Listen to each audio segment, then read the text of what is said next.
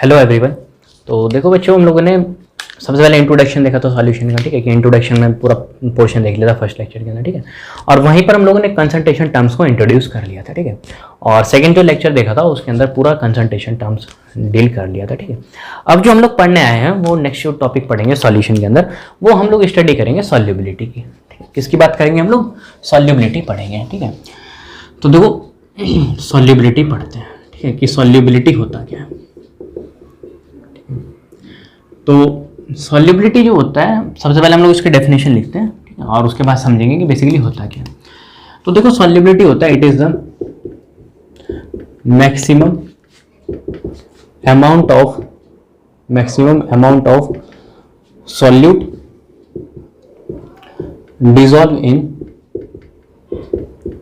A given amount of solvent, ठीक है, at constant temperature and pressure, ठीक है। कांस्टेंट टेम्परेचर प्रेशर पर हम लोग क्या कर रहे हैं वो देखेंगे, ठीक है।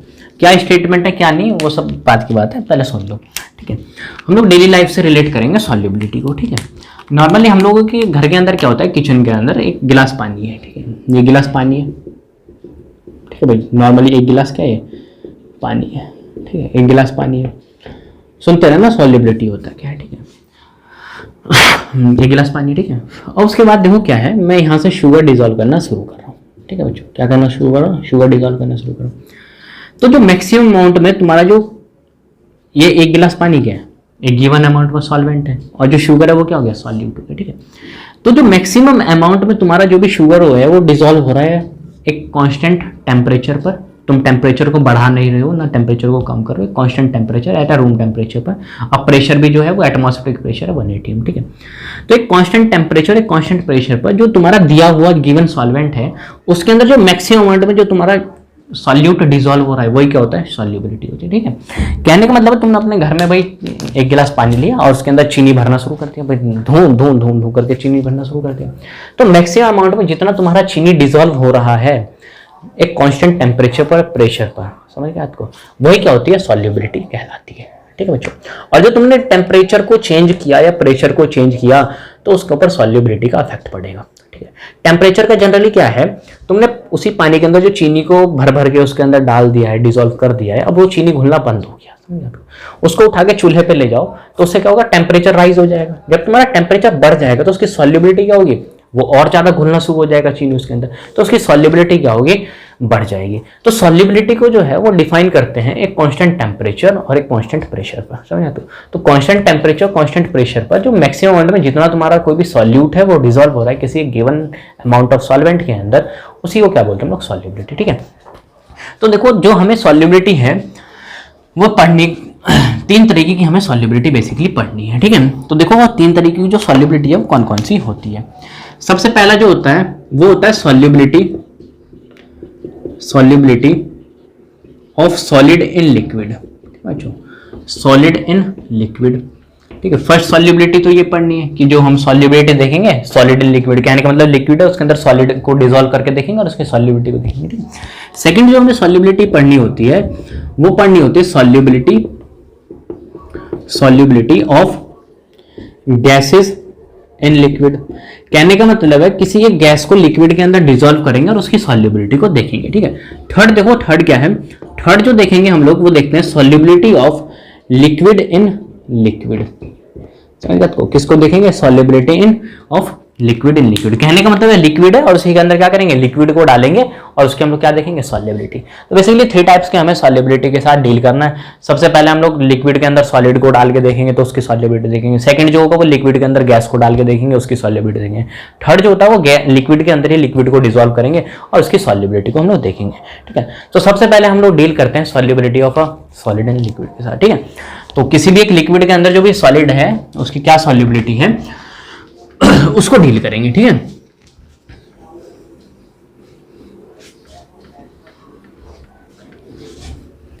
तो देखो उसको पढ़ते हैं हम लोग, है ना।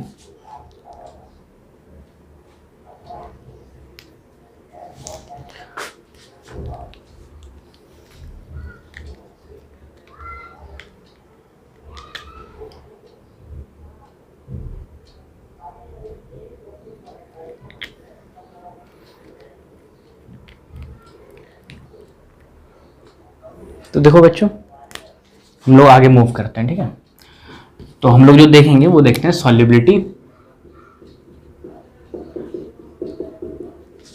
ऑफ ए सॉलिड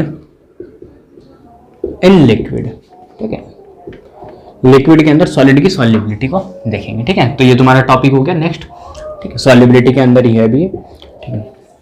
अब देखो है क्या, सबसे पहले हम लोग समझते हैं कि solubility of solid in liquid का मतलब क्या होता है, ठीक है। कहने का मतलब है कोई भी एक लिक्विड है और उसके अंदर डिफरेंट डिफरेंट टाइप्स के क्या होंगे, सॉलिड को डाल के देखेंगे, सॉलिड सॉल्यूट को डाल के देखेंगे, तो हम उसी को बोलेंगे solubility of solid in liquid, ठीक है। तो सबसे पहले देखो क्या है, NaCl ले रखा है, ठीक है, सॉल्ट ले रखा है NaCl को, इसको हम लोग डिसॉल्व कर रहे हैं वाटर के अंदर, ठीक है। वाटर के अंदर डिसॉल्व कर रहे हैं, ये भाई बहुत अच्छे से डिसॉल्व हो रहे हैं, ठीक है। लेकिन जो NaCl है इसी को जब हम लोग बेंजीन के अंदर डिसॉल्व कर रहे हैं तो ये डिसॉल्व नहीं हो रहा, समझ गए आपको। इन सारी बातों को बहुत अच्छे से सुनते रहना।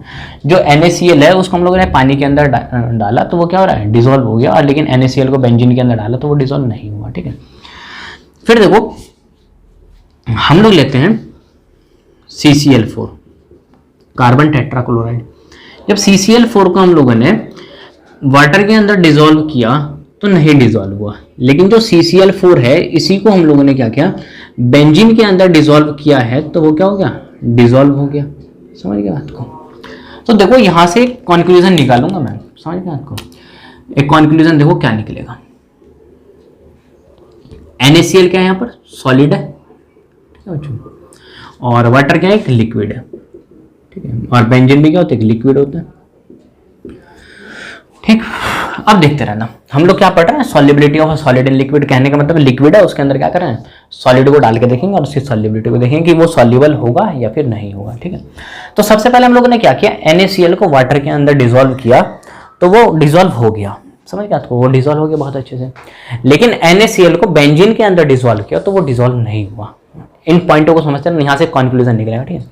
फिर हम लोगों ने ये करके देखा कि CCl4 लिया, कार्बन टेट्राक्लोराइड, उसको बेंजीन के अंदर डिसॉल्व करके देखा तो बेंजीन के अंदर सॉल्युबल हो गया वो, लेकिन उसी को वाटर के अंदर डिसॉल्व किया तो वो सॉल्युबल नहीं हुआ, ठीक है। ये इतना समझ गए।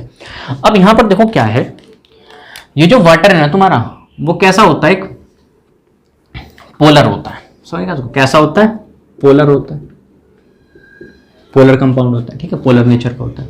और ये जो NaCl होता है ना, ये भी क्या होता है, पोलर होता है, क्या होता है, पोलर होता है। ऐसे ही देखो ये जो बेंजीन है ना, ये क्या एक नॉन पोलर है, क्या एक नॉन पोलर है, ठीक है। और ये जो CCl4 है ये भी क्या एक नॉन पोलर है, ठीक है, नॉन पोलर कंपाउंड है।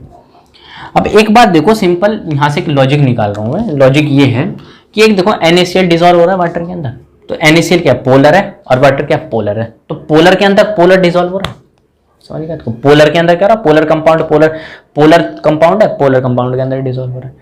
यहां पर देखो CCl4 क्या है, नॉन पोलर है, बेंजीन क्या है, नॉन पोलर है, समझ गया आपको, बेंजीन क्या है, नॉन पोलर है।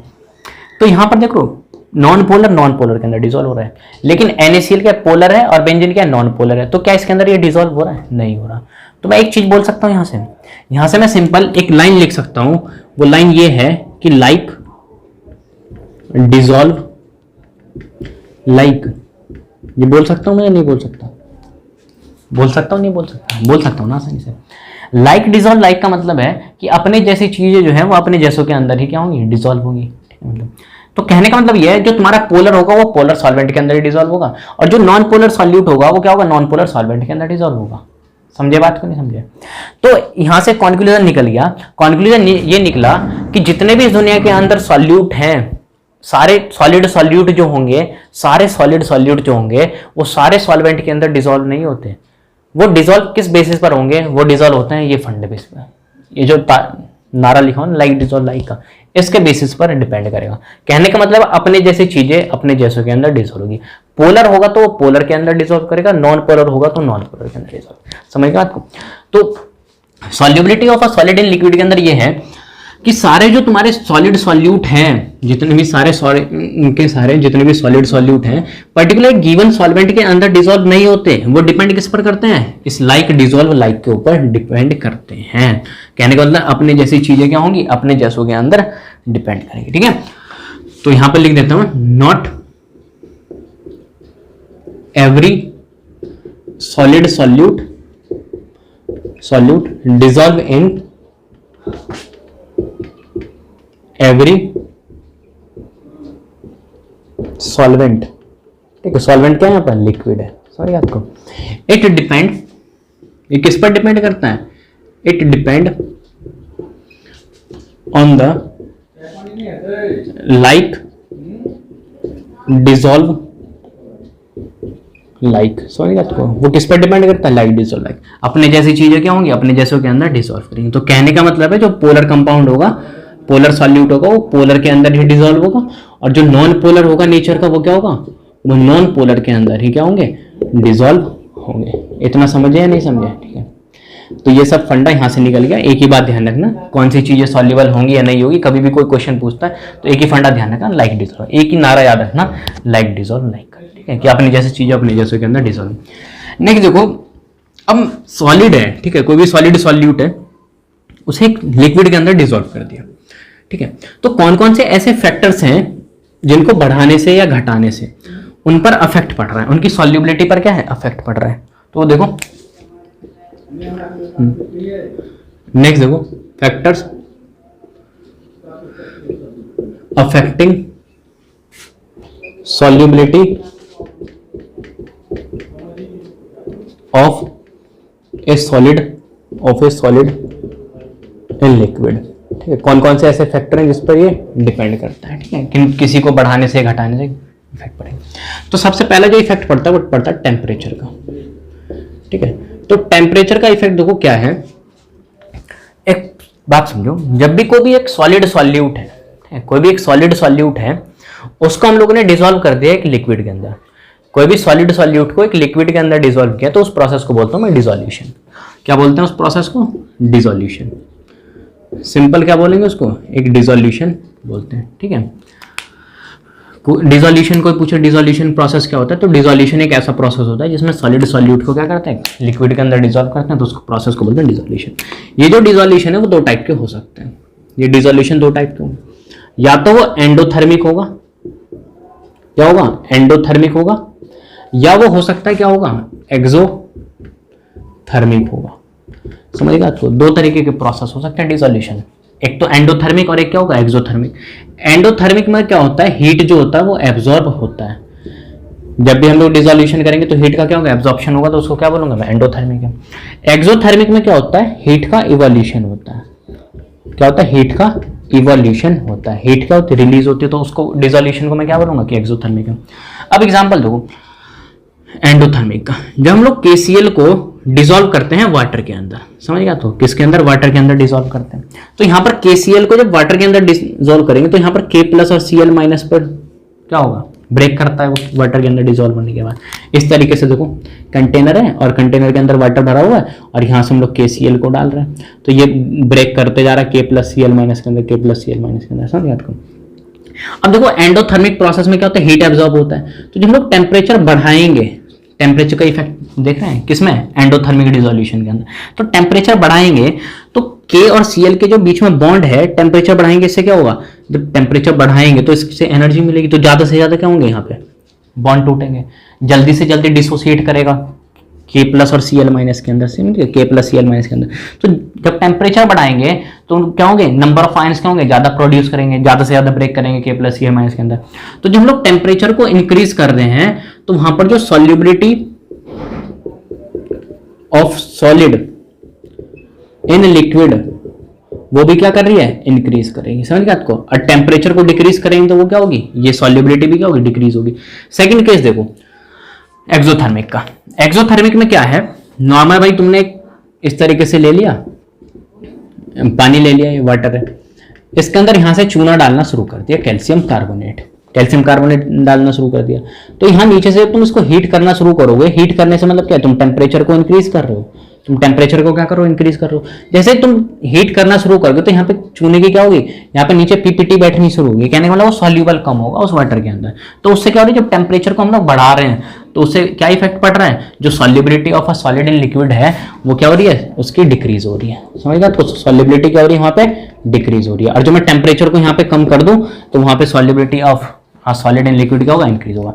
ठीक है, तो पहला फैक्टर किस पे डिपेंड करता है, टेम्परेचर के ऊपर डिपेंड करता है। और जो तुमने टेम्परेचर को बढ़ाया किस केस में, वो डिसोल्यूशन पे डिपेंड करेगा, एंडोथर्मिक या एक्सोथर्मिक। एंडोथर्मिक में टेम्परेचर बढ़ाओगे तो इंक्रीज कर जाएगा solubility of solid and liquid, और जो एक्सोथर्मिक का केस होगा तो टेम्परेचर बढ़ाओगे तो वहां पे क्या हो जाएगा, solubility of solid and liquid क्या होगा, डिक्रीज होगा। ठीक है, अब देखो सेकंड फैक्टर पे देखते हैं कि सेकंड फैक्टर पे क्या कैसे डिपेंड करता है। ठीक है, पहला तो फैक्टर वही था टेम्परेचर का। ठीक है, तो टेम्परेचर में हम लोग डिसोल्यूशन देखा किस तरीके का है। डिसोल्यूशन एक ऐसा प्रोसेस होता है जिसमें सॉलिड सॉल्यूट को डिसॉल्व करते हैं सॉल्वेंट के अंदर। ठीक है, उस प्रोसेस को क्या बोलते हैं हम लोग, लिक्विड के अंदर डिसॉल्व करने वाले प्रोसेस को डिसोल्यूशन बोलते हैं। ठीक है, दो तरीके से होते हैं, एंडोथर्मिक और एक्सोथर्मिक होता था। फिर नेक्स्ट देखो हम लोग बात करते हैं सेकंड फैक्टर का, देखेंगे कि सेकंड फैक्टर पे किस तरीके से वो डिपेंड करता है।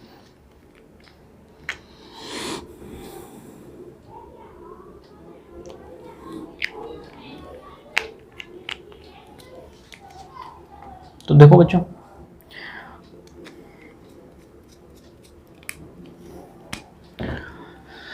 सेकंड जो फैक्टर होता है वो डिपेंड करता है प्रेशर के ऊपर। ठीक है, अब एक बात देखो, प्रेशर को या तो तुम बढ़ाओगे या प्रेशर को क्या करोगे, घटाओगे, तो दोनों का ही जो है ना वो कुछ इफेक्ट नहीं पड़ने का, नो इफेक्ट। ठीक है, on solubility of a solid in liquid.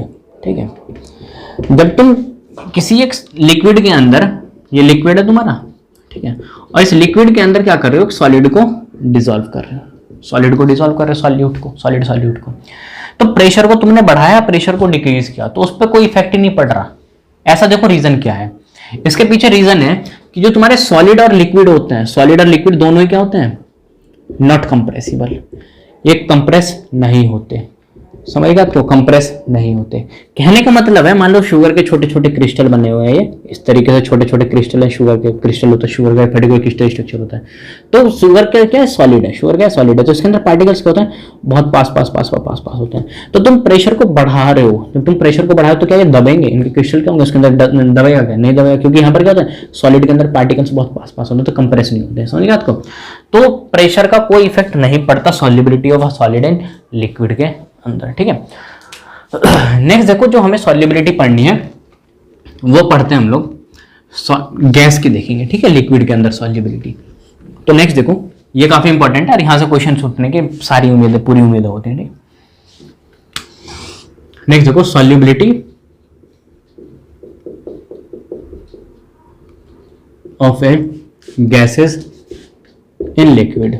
ठीक है, लिक्विड के अंदर गैसेस की सॉल्युबिलिटी को देखेंगे। ठीक है, तो देखो क्या है, तुम्हारी कोल्ड ड्रिंक है, सॉफ्ट ड्रिंक वगैरह होती है, उसके अंदर क्या होती है, CO2 डिसॉल्व होती है, कार्बन डाइऑक्साइड डिसॉल्व होती है। ठीक है, और नॉर्मली रिवर वगैरह होता है, रिवर समुद्र वगैरह होते हैं, इसके अंदर क्या होते हैं, एक्वाटिक एनिमल्स रहते हैं।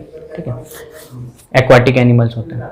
तो जितने भी तुम्हारे एक्वाटिक एनिमल्स होते हैं, जीव जंतु वगैरह होते हैं, इनको क्या होती है, सांस लेने की जरूरत होती है, ऑक्सीजन की रिक्वायरमेंट होती है। ठीक है, तो ऑक्सीजन जो होता है वो कहाँ डिसॉल्व होता है, उस नदी वगैरह के, समुद्र वगैरह के पानी के अंदर डिसॉल्व होता है। समझ गया, तो उसके अंदर डिसॉल्व होता है। तो जितनी भी तुम्हारी गैसेस होती है ना, वो सारे सॉल्वेंट के अंदर डिसॉल्व होती है। सारी गैसेस जो हैं, सारी गैसेस, ध्यान रखना, ऑल गैसेस, सारी गैसेस जो होती हैं हर एक सॉल्वेंट के अंदर, हर एक लिक्विड के अंदर डिसॉल्व हो जाती है। वो डिपेंड करती है एक्सटेंट ऑफ प्रेशर के ऊपर। एक्सटेंट ऑफ प्रेशर का मतलब है, प्रेशर ज्यादा होगा तो तुम्हारी सॉल्युबिलिटी क्या होगी, गैसेस के लिक्विड के अंदर ज्यादा होगी, और तुम्हारी क्या होगी, प्रेशर कम होगा तो वो क्या होगा, सॉल्युबिलिटी उसकी कम होगी। नॉर्मल तुम सॉफ्ट ड्रिंक पीते हो तो सॉफ्ट ड्रिंक के अंदर क्या होता है, CO2 गैस डिसॉल्व होती है उसके अंदर। ठीक है, कार्बन डाइऑक्साइड डिसॉल्व होती है। तो बहुत ज्यादा हाई प्रेशर पर ही तो कोल्ड ड्रिंक वगैरह सॉफ्ट ड्रिंक के अंदर क्या होती है, CO2 को ऐड करते हैं, जब तो उसकी सॉल्युबिलिटी ज्यादा होती है CO2 की उसके अंदर। और जो कम प्रेशर देंगे से अप्लाई करेंगे CO2 तो उसकी सॉल्युबिलिटी भी क्या होगी, कम होगी। ठीक है, तो यहां से एक बात निकलती है, वो ये है, all gases are dissolve in every liquid. ठीक है, सारी गैसेज जो होती हैं वो डिसॉल्व हो जाती है हर एक लिक्विड के अंदर। वो डिपेंड करता है, it depends upon extent of pressure. Extent of pressure, extent of pressure का मतलब क्या है कि भाई प्रेशर ज़्यादा होगा तो वो ज़्यादा डिसॉल्व होगी, ज़्यादा सॉल्यूबल होगी लिक्विड के अंदर, ठीक है, और प्रेशर कम होगा तो कम घुलेगी उसके अंदर, ठीक है। अब ये तो हो गई बात तुम्हारी solubility of a gases in liquid के अंदर, ठीक है, कि सारी गैसेज जो होती हैं वो डिसॉल्व हो जाती है पर्टिकुलर सारे लिक्विड के अंदर, ठीक है, हर एक लिक्विड के अंदर। अब देखो कौन से ऐसे फैक्टर हैं जिससे हमारी जो सॉल्युबिलिटी है ऑफ गैसेज इन लिक्विड उसको मैं बढ़ा सकता हूँ या घटा सकता हूँ, ठीक है, उन सारे फैक्टर्स के साथ हम लोग डील करेंगे, ठीक है। सबसे पहला फैक्टर देखेंगे हम लोग, ठीक है, तो देखो फैक्टर्स अफेक्टिंग पे चलते हैं।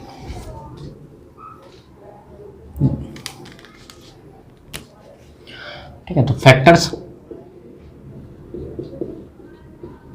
अफेक्टिंग, ठीक है, solubility of a gases in liquid, ठीक है। तो सबसे पहला जो फैक्टर होता है वो होता है टेम्परेचर का। समझ गया, तो किसका फैक्टर होता है? टेम्परेचर का। अब देखो जब तुम टेम्परेचर को बढ़ाओगे, टेम्परेचर को बढ़ाओगे तो जो तुम्हारी solubility of gases in liquid वो क्या होगी? वो डिक्रीज हो जाएगी। समझ गया, तो वो क्या हो जाएगी? डिक्रीज हो जाएगी। लेकिन जब तुम टेम्परेचर को कम कर दोगे तो जो तुम्हारी solubility of gases in liquid है ना वो क्या हो जाएगी? इंक्रीज हो जाएगी। समझ गया, तो वो क्या होगी? इंक्रीज हो जाएगी। अब देखो सबसे सिंपल लॉजिक है इसका, सबसे सिंपल लॉजिक ये है भाई, तुम्हारी ये क्या है? एक नदी है, ठीक है, नदी है और इसके अंदर मछली रहती है। इस तरीके से मान लो मछली है, छोटी छोटी, ये क्या है? फिश है, फिश है, ठीक है। और इसी के अंदर क्या है? इस तरीके से पानी भरा हुआ है, इसके अंदर पानी भरा हुआ है इस तरीके से नदी के अंदर, ठीक है। और ये जो इस पानी के अंदर क्या है? ये ऑक्सीजन है, ये डिजोल्व है इस पानी के अंदर। ऑक्सीजन डिजोल्व होती है ना इस पानी के अंदर, समझ गया? तो जब तो भाई कोई फिश है वो सांस ले पाती है, लिविंग चीज़ें को ऑक्सीजन की रिक्वायरमेंट होती है, हमें पता है, ठीक है। तो वो भाई मछली है, पानी के अंदर रहती है, सांस जरूर मिलता हो, जब भी जी पा रहे हो, है ना। तो इसका मतलब ऑक्सीजन डिजोल्व होती है वाटर के अंदर, ठीक है। अब देखो मैं क्या करता हूँ, मैं टेम्परेचर बढ़ा देता हूँ। टेम्परेचर किस तरीके से बढ़ाऊंगा? भाई गर्मी का सीजन है, यहाँ से सूरज भगवान निकल के आ गए, ठीक है, यहाँ से इस तरीके से बहुत ज़्यादा हाई टेम्परेचर आ रही है, यहाँ से बहुत ज़्यादा सूरज की रोशनी आ रही है, ठीक है, बहुत गर्मी का माहौल है। मान लो 60 डिग्री सेल्सियस टेम्परेचर हो रखा है। तो वहाँ पे क्या होगा? ये जो यहाँ पर ऑक्सीजन गैसेज है ना जो डिजॉल्व है इसके अंदर, वो यहाँ से बाहर निकलना शुरू हो रही है। समझ गया? तो ये जो ऑक्सीजन है जो पानी के अंदर डिजॉल्व है वो निकलना क्या हो रही है? शुरू हो रही है। तो जब पानी से निकलना शुरू हो रही है इसका मतलब क्या? ऑक्सीजन की जो डिजॉल्व हुआ पड़ा है वाटर के अंदर, रिवर के अंदर, पानी के अंदर, वो क्या हो गया? उसका डिजोल्यूशन कम हो गया। पहले ज़्यादा डिजॉल्व था, अब कम हो गया क्योंकि वहाँ पे टेम्परेचर बढ़ा दिया, तो वो जो ऑक्सीजन थी वो निकल के बाहर जाना शुरू हो गई। समझ आपको? तो तुम टेम्परेचर जब बढ़ाते हो तो वहाँ पर जो solubility of gases and liquid है वो क्या होते हैं? डिक्रीज हो जाती है, क्योंकि कम घुलती है ना। टेम्परेचर बढ़ा दोगे तो ऑक्सीजन है, यहाँ पे ऑक्सीजन मॉलिक्यूल्स हैं, इसको पर्टिकुलर क्या होती है? एनर्जी मिल जाती है। तो इसके बाद खुद की जैसे एनर्जी मिल गई, ये सीधा निकल के भागना शुरू हो जाएगा। तो उससे क्या होगी? ऑक्सीजन कम डिजॉल्व होगा पानी के अंदर, तो वहाँ पे सॉल्युबिलिटी क्या होगी? डिक्रीज हो जाएगी। लेकिन देखो ठंड का टाइम है, अभी गर्मी की बात करिए, अब देखो ठंड का टाइम है, अब मैं ठंड की बात करता हूँ। तो ठंड में क्या होता है? टेम्परेचर कम हो जाता है। मान लो 60 डिग्री सेल्सियस से 10 डिग्री सेल्सियस आ गया, भाई ठंड लग रही है, ठीक है। तो टेम्परेचर कम हो गया तो ये जो ऑक्सीजन होगी वो क्या होगी? ज़्यादा से ज़्यादा घुलेगी यहाँ पे, क्योंकि इसको इतनी एनर्जी नहीं मिलेगी। टेम्परेचर बढ़ाने से क्या है? मॉलिक्यूल्स को काइनेटिक एनर्जी मिल जाती है। टेम्परेचर कम है ना तो इतनी एनर्जी नहीं मिल रही, जिससे क्या होता है? ऑक्सीजन जो है वो बाहर निकलना शुरू हो जाए, तो वहाँ पे जो solubility of gases and liquid होती है वो बढ़ जाती है, ठीक है। तो एक क्वेश्चन है बेसिकली कि भाई जो फिश होती है ना वो ज़्यादा कंफर्ट फील करती हैं हॉट वाटर में एज कम्पेयर टू, ठीक है, सॉरी हॉट वाटर में, कोल्ड वाटर में ज़्यादा कंफर्ट फील करते हैं as compare to hot water. Hot water में टेम्परेचर ज़्यादा होगा, ऑक्सीजन कम मिलेगी, तो वो सांस कम ले पाएंगे, तो कंफर्ट क्या होगा? कम फील करेंगे, ठीक है। लेकिन जो ठंडा पानी होगा, कोल्ड वाटर होगा, उसके अंदर टेम्परेचर क्या होता है? कम होता है, तो वहाँ पर जो सॉल्युबिलिटी होती है वो क्या होगी? ज़्यादा होगी, ठीक है, इसलिए ज़्यादा कंफर्ट फील करते हैं, ठीक है। नेक्स्ट देखो प्रेशर। सेकंड देखो इफेक्ट जो होता है वो प्रेशर का। फर्स्ट तो टेम्परेचर था, सेकंड है प्रेशर का इफेक्ट, ठीक है। अब देखो जो प्रेशर का जो इफेक्ट है ना, ठीक है, जो ये प्रेशर का इफेक्ट है,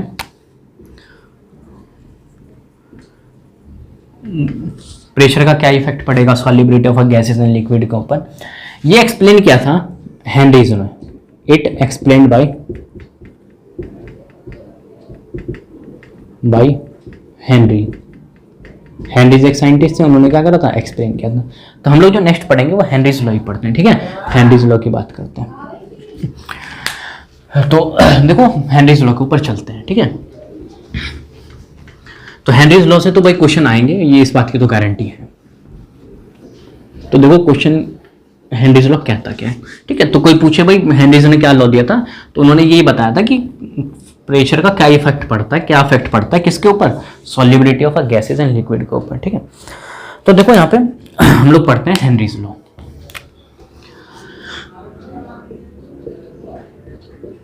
हेनरीज लॉ, ठीक है।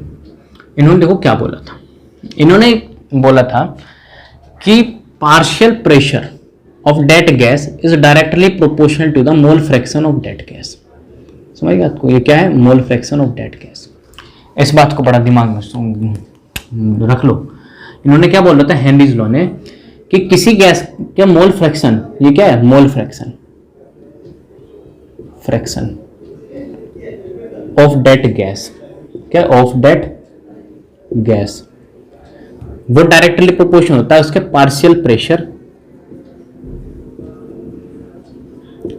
प्रेशर ऑफ डेट गैस के, ठीक है बच्चों।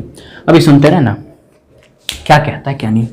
अब देखो ये कंटेनर है, ठीक है, ये कंटेनर है इस तरीके से, और यहाँ पर गैसेस हैं भरी हुई है, इस तरीके से बंद कंटेनर है यहाँ से, और यहाँ इस तरीके से गैसेस भरी हुई हैं। तो गैस का प्रेशर कैसे होता है, गैस कैसे प्रेशर एग्जर्ट करता है, वो देखो। गैस प्रेशर एग्जर्ट करता है कि जब ये जो गैस होती है ना, ये जो कंटेनर की वॉल से कोलाइड करती है, इस पे जब हिट करती हैं, तो ये जो प्रेशर लगता है पर यूनिट एरिया जो प्रेशर लगता है वही क्या होता है, हमारा प्रेशर होता है, ठीक है। जो भी फोर्स पर यूनिट एरिया लगता है उसको प्रेशर बोलते हैं, ठीक है। प्रेशर को बेसिकली डिफाइन करें, ठीक है। तो प्रेशर होता क्या है, जब भी कोई एक पर्टिकुलर एरिया के ऊपर जो फोर्स लगा रहा है गैस का मॉलिक्यूल, उससे क्या बनता है, प्रेशर बनता है, गैस का प्रेशर बनेगा, उसी को पार्शियल प्रेशर बोलेंगे, ठीक है। तो ये बंद कंटेनर है, उसके अंदर गैस रख दी है मैंने, बहुत सारी गैसेस रख दी। तो उस बंद कंटेनर के अंदर जो कंटेनर की वॉल्स होती हैं उस पर क्या करेगा, वो पर्टिकुलर एरिया के ऊपर क्या करेगा, फोर्स लगाएगा। तो फोर्स पर यूनिट एरिया क्या होता है, प्रेशर होता है। समझ गए बात को। तो उन्होंने ये बोला था सिंपल कि एक कंटेनर ये लो, देखो एक कंटेनर ये है और एक कंटेनर ये है, ठीक है। इसके अंदर देखो 1 2 3 4 5 6 7 8 9 10 है इसके अंदर पार्टिकल्स गैस के, ठीक है। फ्रैक्शन, मोल फ्रैक्शन है जो गैस का वो 10 है। यहाँ पर देखो 1 2 3 4 5 6 7 8 9 10 11 12 13 14 15 16 17 18 19 20, यहाँ इस तरीके से बहुत सारे पार्टिकल हैं गैसेस के, ठीक है। तो इन्होंने एक बात बोली थी कि कोई भी कंटेनर है, ठीक है, कोई भी एक कंटेनर ये रहा, एक दूसरा कंटेनर ये रहा, जिस कंटेनर के अंदर किसी गैस के फ्रैक्शन ऑफ मोल्स क्या होंगे, ज्यादा होंगे, तो वो ज्यादा से ज्यादा हिट करेंगे ना उस कंटेनर की वॉल्स पर, तो ज्यादा से ज्यादा उनका प्रेशर होगा। समझ गए बात को। तो उन्होंने सीधा एक रिलेशन बता दिया यहाँ से कि mole fraction of that gas, किसी गैस का फ्रैक्शन ऑफ मोल्स ऑफ ज्यादा होंगे, मोल फ्रैक्शन किसी गैस के ज्यादा होंगे, तो उसका पार्शियल प्रेशर भी क्या होगा, ज्यादा होगा। तो वही रिलेशन लिखा हुआ, ये partial pressure of that gas is directly proportional to the mole fraction of that. कहने का मतलब कहीं पर fraction of moles of gases ज्यादा होंगे तो वहां पर पार्शियल प्रेशर क्या होगा, गैस का ज्यादा होगा। तो किसी भी कंटेनर के अंदर क्या होंगे, फ्रैक्शन ऑफ मोल्स होंगे वो ज्यादा होंगे, गैस के फ्रैक्शन ऑफ मोल्स क्या होंगे, ज्यादा होंगे, मोल फ्रैक्शन ज्यादा होगा किसी गैस का, तो वहां पर क्या होगा, उसका पार्शियल प्रेशर भी ज्यादा होगा। ये देख रहे हो यहाँ पे 10 मॉलिक्यूल्स हैं, यहाँ पर 50 मॉलिक्यूल्स हैं, जहाँ पे fraction of moles of gases ज्यादा है, यहाँ पर कम है, तो यहाँ पर पार्शियल प्रेशर क्या होगा, कम होगा, क्योंकि यहाँ पर ज्यादा होंगे, ज्यादा से ज्यादा हिट करेंगे, टकराएंगे, ढूंढ ढूंढ, ठीक है। तो देखो यहीं से एक स्टेटमेंट लिखते हैं हम लोग, ठीक है। वो स्टेटमेंट क्या है वो देखते रहना। तो कोई स्टेटमेंट ये है, it states that the partial pressure of that gas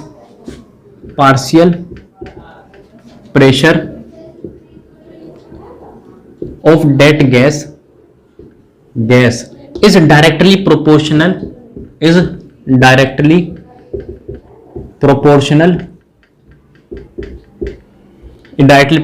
to the mole fraction of the gas, to the mole fraction of that gas। उस गैस के क्या होगा, मोल फ्रैक्शन के डायरेक्टली प्रोपोर्शनल होगा। समझिए बात को या नहीं समझे, समझे बहुत बेहतर तरीके से, ठीक है। तो इस रिलेशन को मैं दोबारा लिखता हूं, ठीक है। और यहाँ क्या है, ये mole fraction of that gas है, यहाँ पर क्या है, partial pressure of that gas है, ठीक है। इसे बात को मैं दोबारा से यहाँ पर मेंशन करता हूं, ठीक है। ये तो स्टेटमेंट की फॉर्म हो गई। यहीं से हम लोग एक कांस्टेंट को डिफाइन करेंगे, ठीक है, उसको देखते रहना वो क्या है। तो यहां पर एक स्टेटमेंट लिखा कि कोई भी गैस है उसका जो पार्शियल प्रेशर वो डायरेक्टली प्रोपोर्शनल है mole fraction of that gas के, ठीक है बच्चों। तो यहां से जब मैं प्रोपोर्शनलिटी साइन को हटाता हूं तो यहां से एक कांस्टेंट आएगा, हमें पता है कांस्टेंट आता है, वो आता है इक्वल टू KH, यहाँ क्या है mole fraction of that gas, ठीक है, इस तरीके से आ गया, ठीक है। अब देखो यहाँ पर कौन कौन सी टर्म है, ये क्या है, ये होता है partial pressure of that gas, किसी गैस का पार्शियल प्रेशर होगा, ठीक है।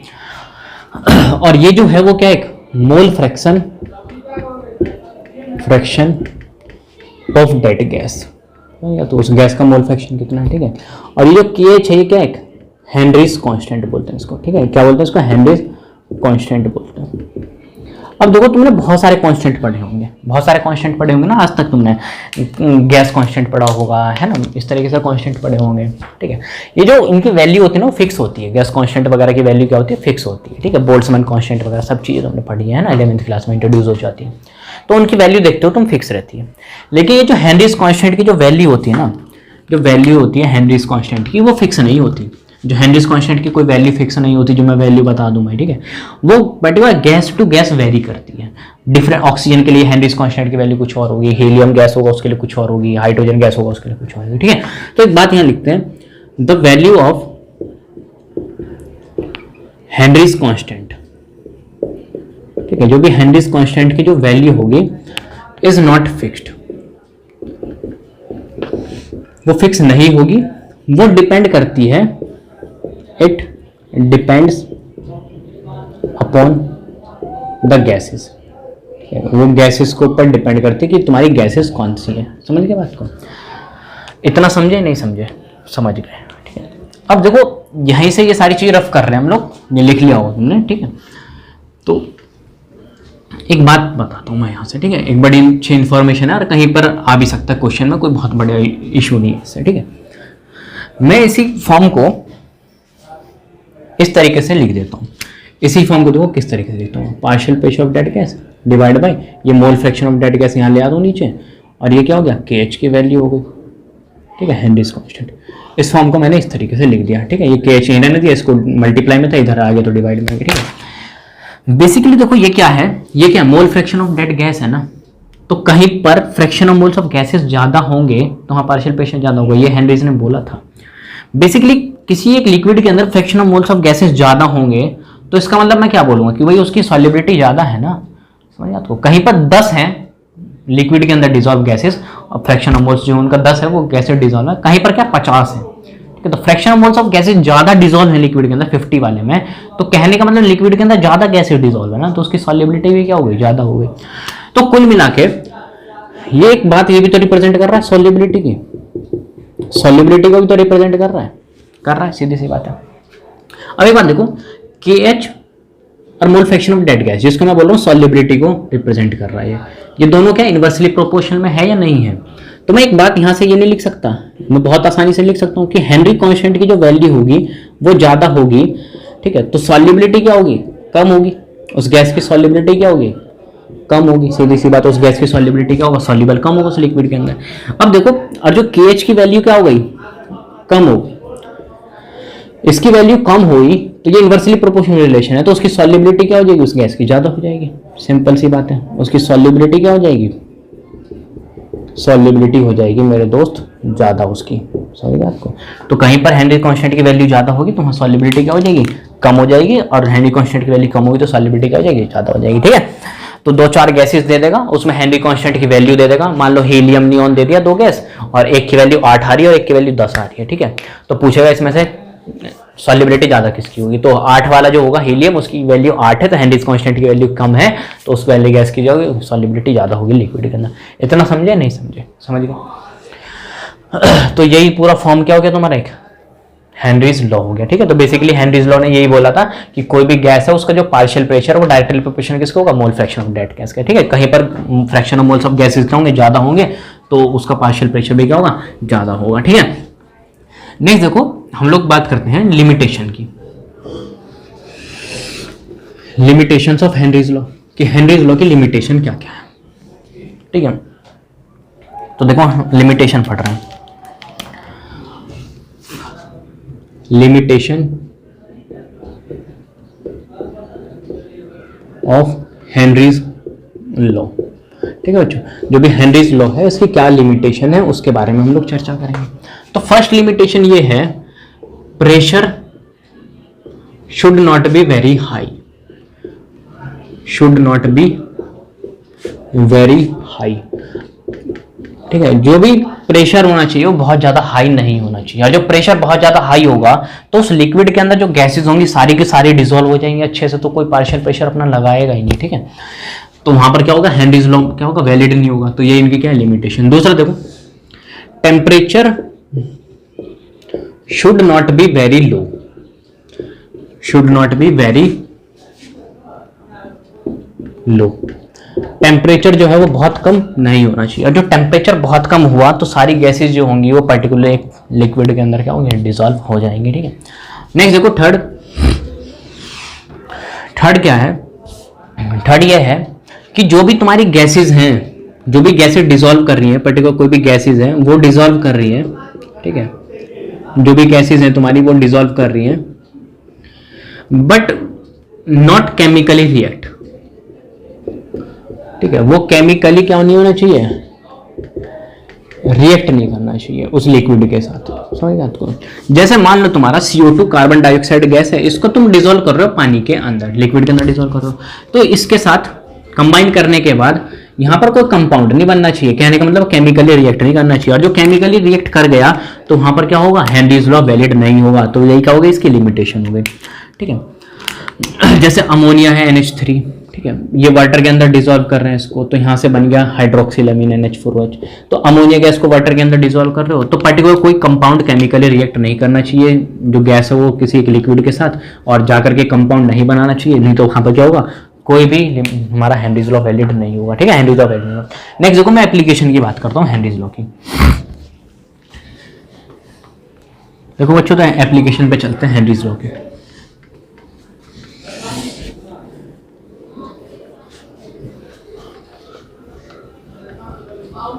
ठीक है, देखो तो हम लोग बात करते हैं application, application of Henry's law. ठीक है, हेनरीज लॉ की एप्लीकेशन के ऊपर चलते हैं। ठीक है, तो हेनरीज लॉ की एप्लीकेशन देखो क्या है। सबसे पहला एप्लीकेशन ये है कि जो भी सॉफ्ट ड्रिंक होती है बहुत ज़्यादा हाई प्रेशर पे हम लोग क्या करते हैं, डिसॉल्व करते हैं किसको, गैसेस CO2 को डिसॉल्व करते हैं सॉफ्ट ड्रिंक के अंदर। ठीक है, एट वेरी हाई प्रेशर, बहुत ज़्यादा हाई प्रेशर पे हम लोग क्या करते हैं, very high pressure CO2 dissolve in soft drink, soft drink के अंदर डिसॉल्व करते हैं। सेकंड एप्लीकेशन को देखो क्या होता है, एट वेरी हाई एल्टीट्यूड। समझ गया आपको, एट वेरी हाई एल्टीट्यूड। हम लोग जब पहाड़ों पे जाते हैं, सुनते हैं ना इसको, बड़ी अच्छी सी कहानी है। जब हम लोग ऊपर जाते हैं तो वहां पर क्या होता है, वेरी हाई एल्टीट्यूड पे जाने पे प्रेशर क्या हो जाता है, कम हो जाता है।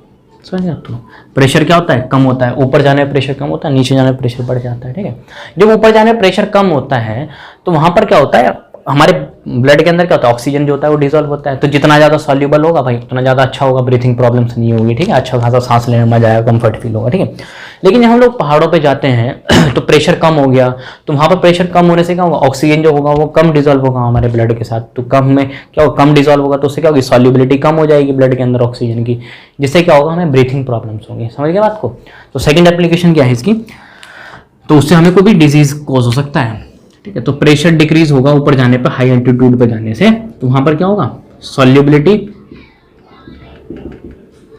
Of oxygen in blood, O2 in blood, वो हो जाएगी डिक्रीज, जिससे हमारी क्या होगी, दे कॉज ब्रीथिंग प्रॉब्लम्स, जिससे हमें क्या होगा, कॉज सांस लेने में दिक्कत आएगी, हमें सांस लेने में क्या होगी, दे कॉज ब्रीथिंग प्रॉब्लम।